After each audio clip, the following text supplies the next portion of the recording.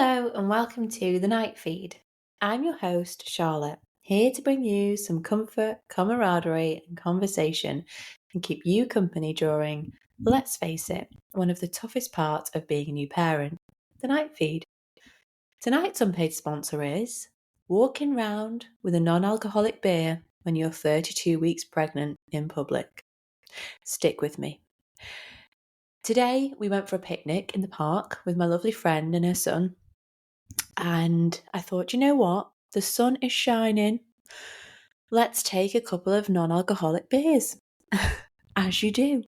I don't know what it is about the sun at the moment. And during this pregnancy, I'm just really craving beer, which isn't really like me. And I don't remember craving alcohol when I was pregnant with the girls. But yeah, maybe it's a boy thing. I don't know.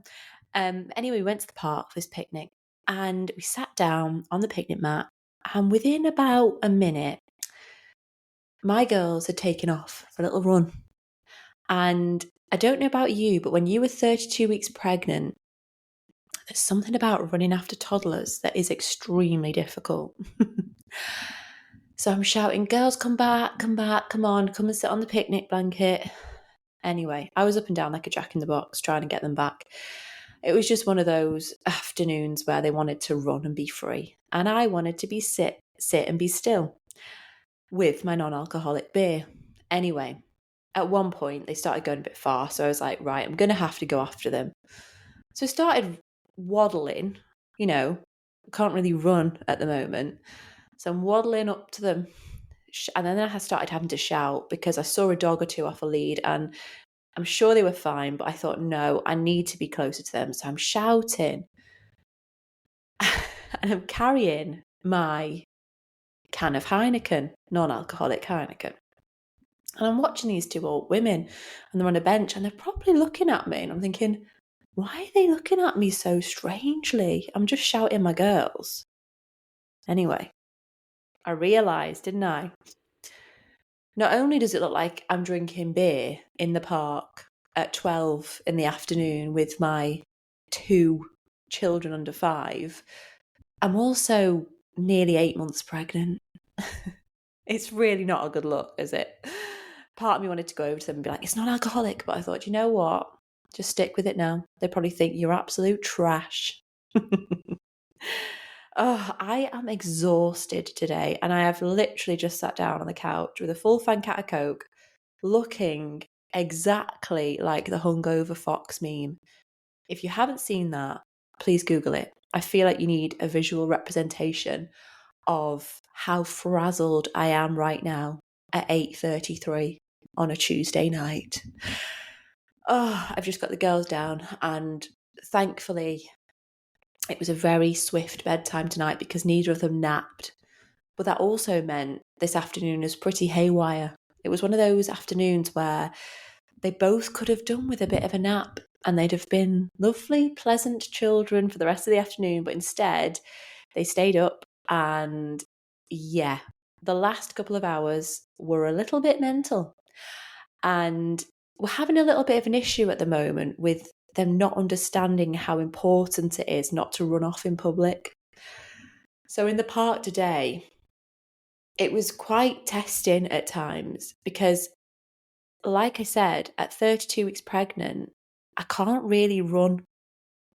And they want to run fast. And it's surprising how fast a 2 and a 4-year-old can be, especially when you're in a compromising situation. And I don't like being that parent that's in the park like, come back. But that's how I find myself at the moment. So yeah, it's a little bit testing. They are pretty good at getting back in the pram when I need them to.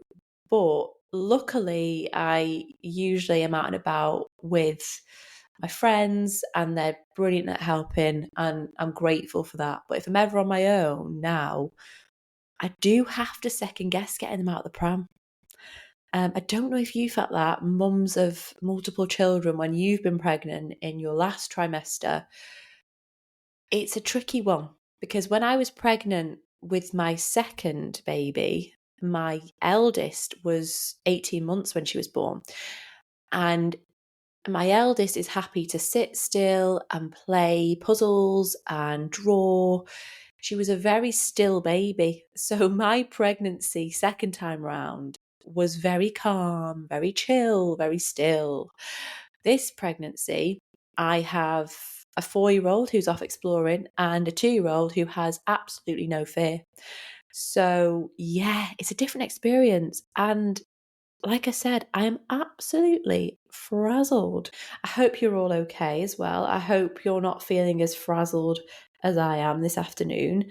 But yeah, I am having this kind of semi-digital detox, aren't I? But I did come across a post on TikTok and I thought, you know what? We need a laugh. I need a laugh tonight. And it says, I'm bored. Let's tell our ex's funniest lies of all time. Mine said he downloaded Bumble in his sleep. So I thought, let's have a little read through these comments. Give ourselves a little chuckle. Why not? So the first comment said, mine said when his iPhone did an update, it automatically added the Ashley Madison app.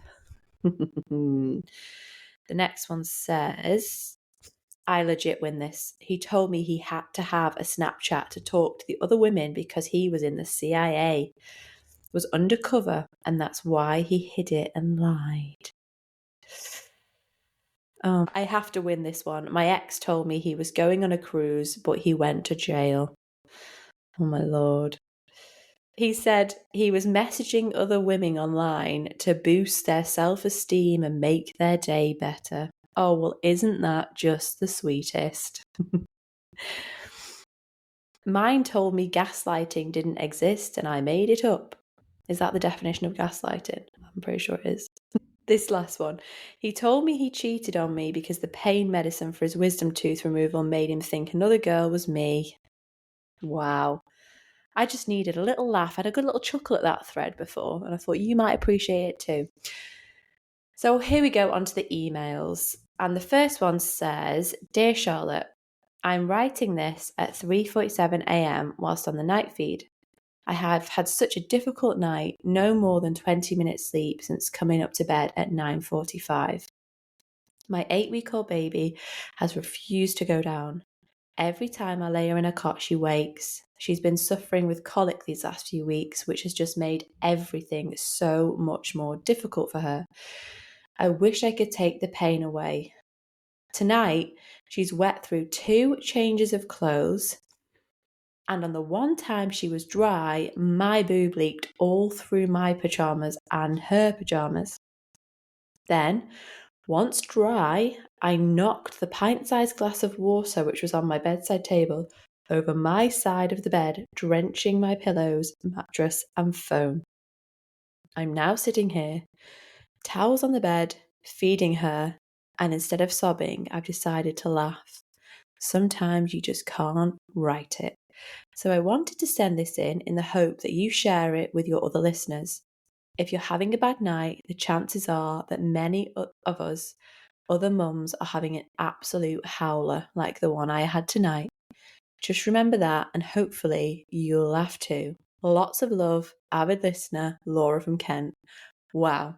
Well, thank you, Laura from Kent, in that moment that you are having an absolute travesty of a night, for putting that email together and writing it in for our other lovely listeners, because I'm sure there is at least one person that has resonated with tonight. We've all been there. We've all had those nights where you're like, could this actually get any worse? Wetting through pajamas several times, nappy leaks, water being spilt. Oh my goodness.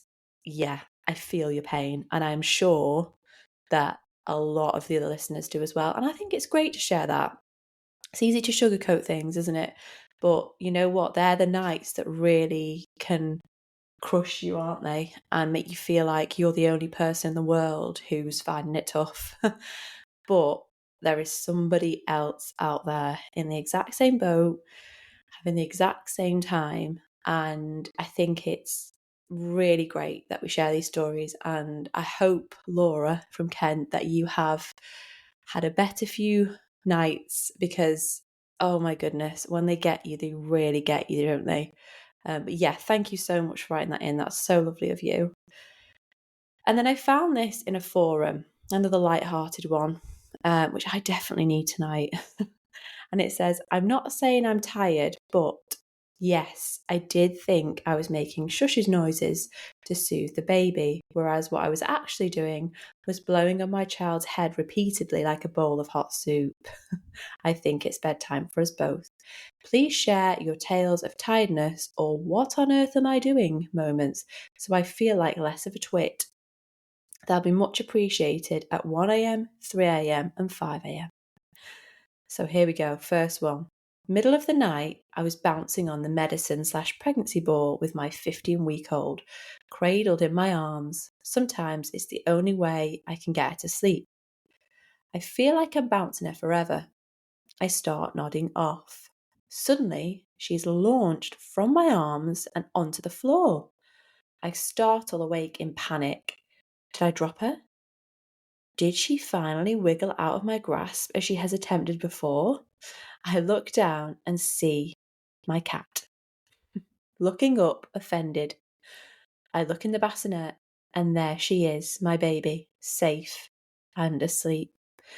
At some point after I had put her to sleep, he must have meowed for attention, so I picked up my sweet boy to cuddle and bounced him like he was my kiddo.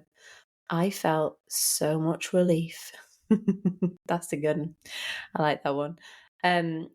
Next one is responding to myself in a message thread with my girlfriend. She liked my message and I read it on my screen as her response, so I responded to it. My husband came back from the bathroom during one of my middle of the night feeds. I'm sitting there, boobs out, breastfeeding, and he goes, "What are you doing?" I look down to my cradled arms with no baby in them. I gasp. I look at him and I say, "Do you have her?" And then look over to the monitor, her sound asleep in her crib. I fed a phantom baby.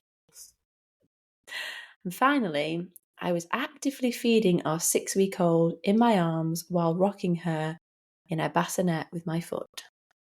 Wow. I tell you what, everybody, sleep deprivation, it does things to you, doesn't it? And then this next one I found is another post in a forum. And it says, sleep when they sleep. Today, I dropped the lid to my crock pot on the kitchen floor. It hit the cat food bowl and launched food into the air. Neither of my napping twins flinched, but the sound of me laying on the couch, pulling a blanket up and getting in the perfect spot wakes them up every time. One day, I'll nap when they nap. Isn't it strange? I've been there. You lay your head on the pillow and they hear it. It's the weirdest thing. I used to hoover around my second when she slept in the day. She'd sleep in the day. I'd hoover around, I'd pot her, I'd make noise because I knew with our first who was silent around her. So I was like, right, I've heard that with a baby when they're sleeping, it's good to make a bit of noise so they can start sleeping through it. But then at night, the minute my head hit that pillow, she woke. It's the strangest thing. But yeah, you're not alone. Nobody's alone in that. Happens to us all. Next tonight is what's trending. And I really think at the moment, gentle parenting is constantly trending. Whether you agree with it or not, it's a real buzzword. And I think our generation of parents are told so much about different types of parenting. It can be really overwhelming. And I know if I ever lose my temper or shout a little bit, my mind will go to a reel I saw on TikTok that's like, oh, when parents lose their temper, it can be really toxic and terrible for their children. And then I'm feeling really bad. And I'm like, oh my God, I'm a terrible mother. When all I was doing is disciplining them. And I think it's really important to get the balance with this.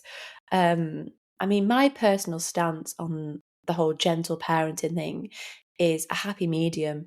I think discipline is very important in setting boundaries for children. I think if it's a free-for-all, then I'm not going to know the difference between right and wrong. And I did see a reel not that long ago of a toddler biting a newborn. And in it, the mum did not discipline or really react to that. And I thought, well, that's actually really dangerous.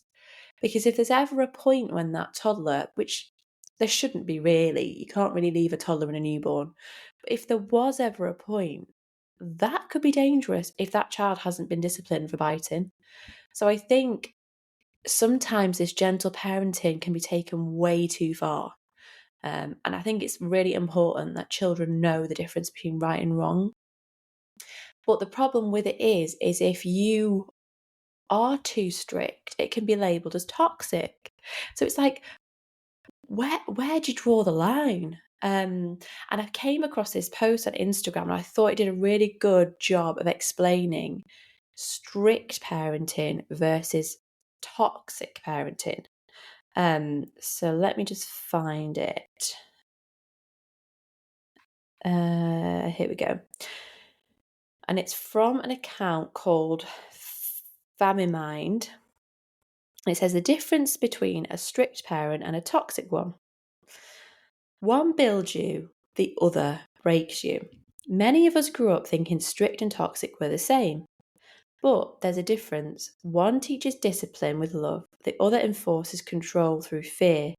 Let's break it down. Number 1, rules versus control. Strict parents create structure. They set rules to teach discipline, responsibility, and life skills. They explain the why behind the rules, helping their child understand and grow. Toxic parents use rules as weapons.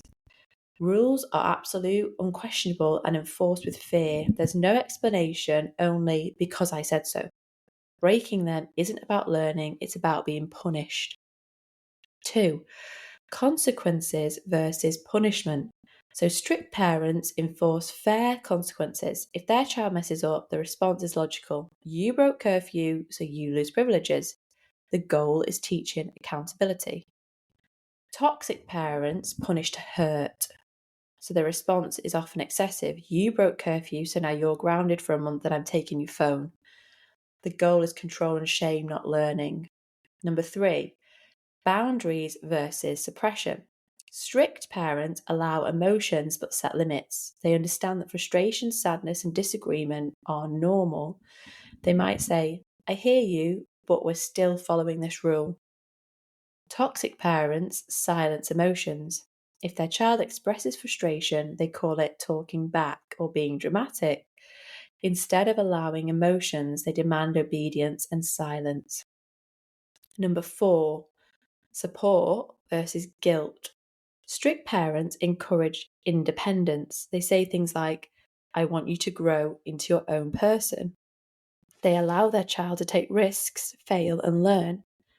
Toxic parents keep their child emotionally dependent. They make their child feel guilty for growing up, needing space, or setting boundaries. After all I've done for you, this is how you treat me. Or, you don't need anyone else, you have a family. Number 5, love with conditions. Strict parents provide unconditional love. Their child knows even if I make mistakes, I'm still loved. Toxic parents make love feel earned. Affection, kindness, and approval are only given when the child meets expectations. If you don't do what I say, I don't expect me to help you. You think you're grown now?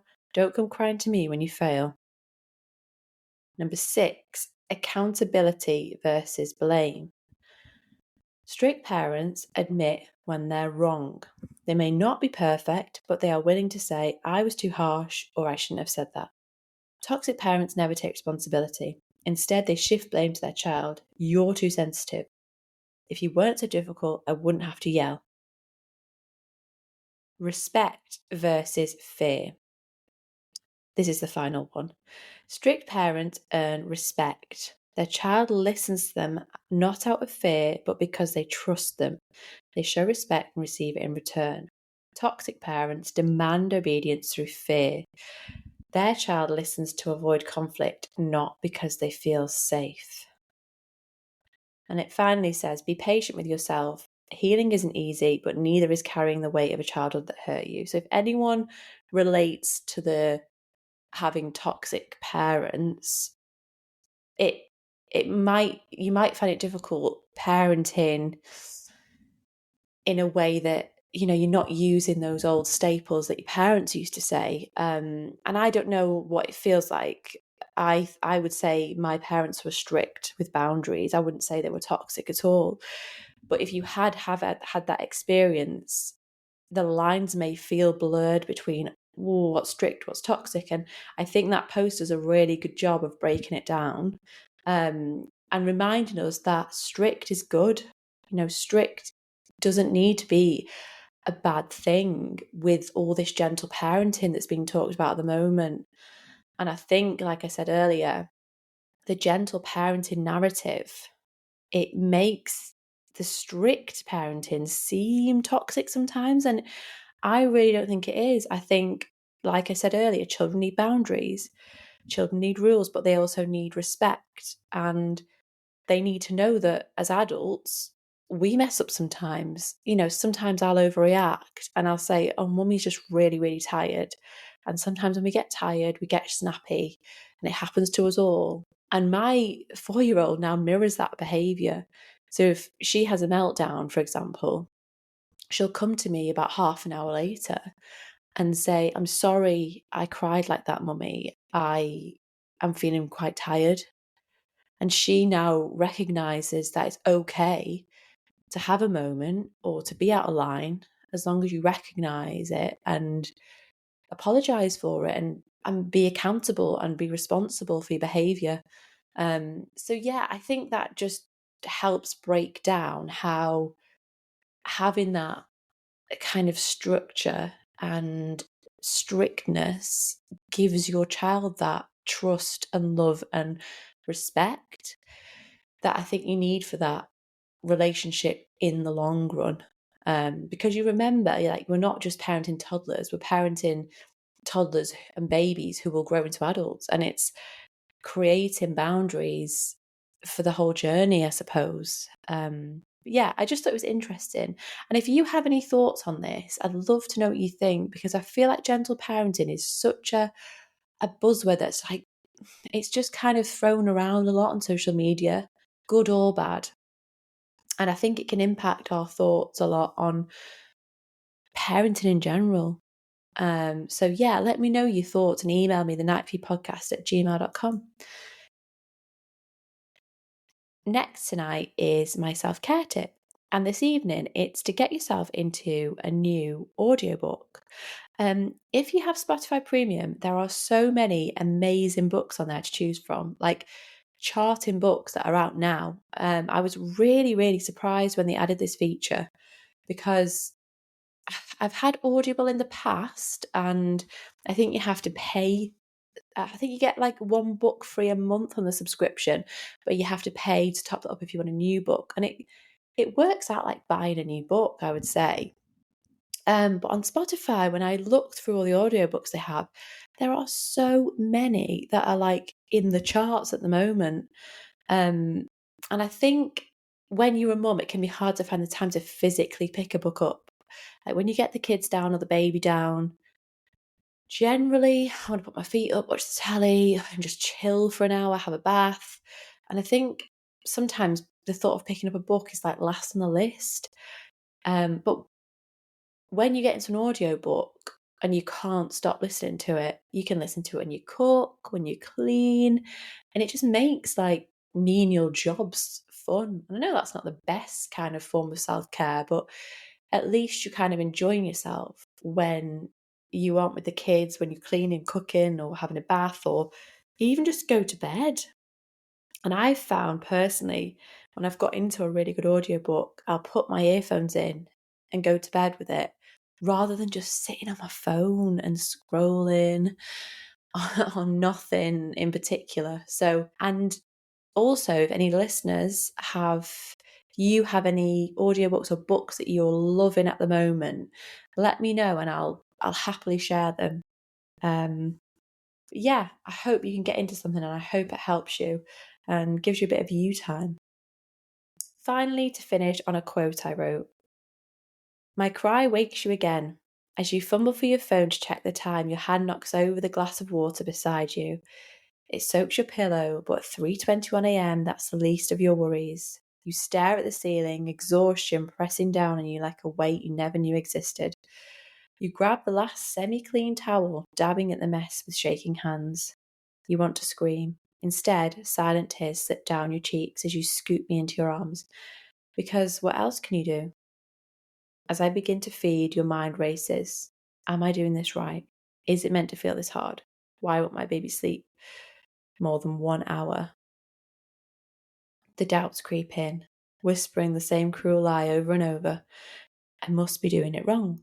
Your head becomes an echo chamber, amplifying the fear that you're the only mama in the world struggling like this, that everyone else is managing better, that you're failing. But hear me now, you are not alone. Right now, in thousands of darkened rooms, other mamas are rocking, shushing, crying, doubting, holding tiny bodies close while feeling that they're falling apart. This is the part nobody warned you about. The part where love and exhaustion blur into one overwhelming haze. The part where you wonder if you'll ever feel like you again. But you will, I promise. You will. One day the nights won't feel this long. The weight won't feel this heavy. And you'll look at me, bright-eyed and giggling, and realise you were never failing. You were always enough. Thank you for listening this evening. I hope you've enjoyed the podcast tonight. And if you have any ideas on things that I can share, if you have any ideas on new segments that you'd like to hear, I'd love to hear your ideas. And similarly, if you have any stories or tips, or if you want to pop on the podcast for a chat, please drop me an email, thenightviewpodcast@gmail.com. Wishing you all a restful night ahead. Good night.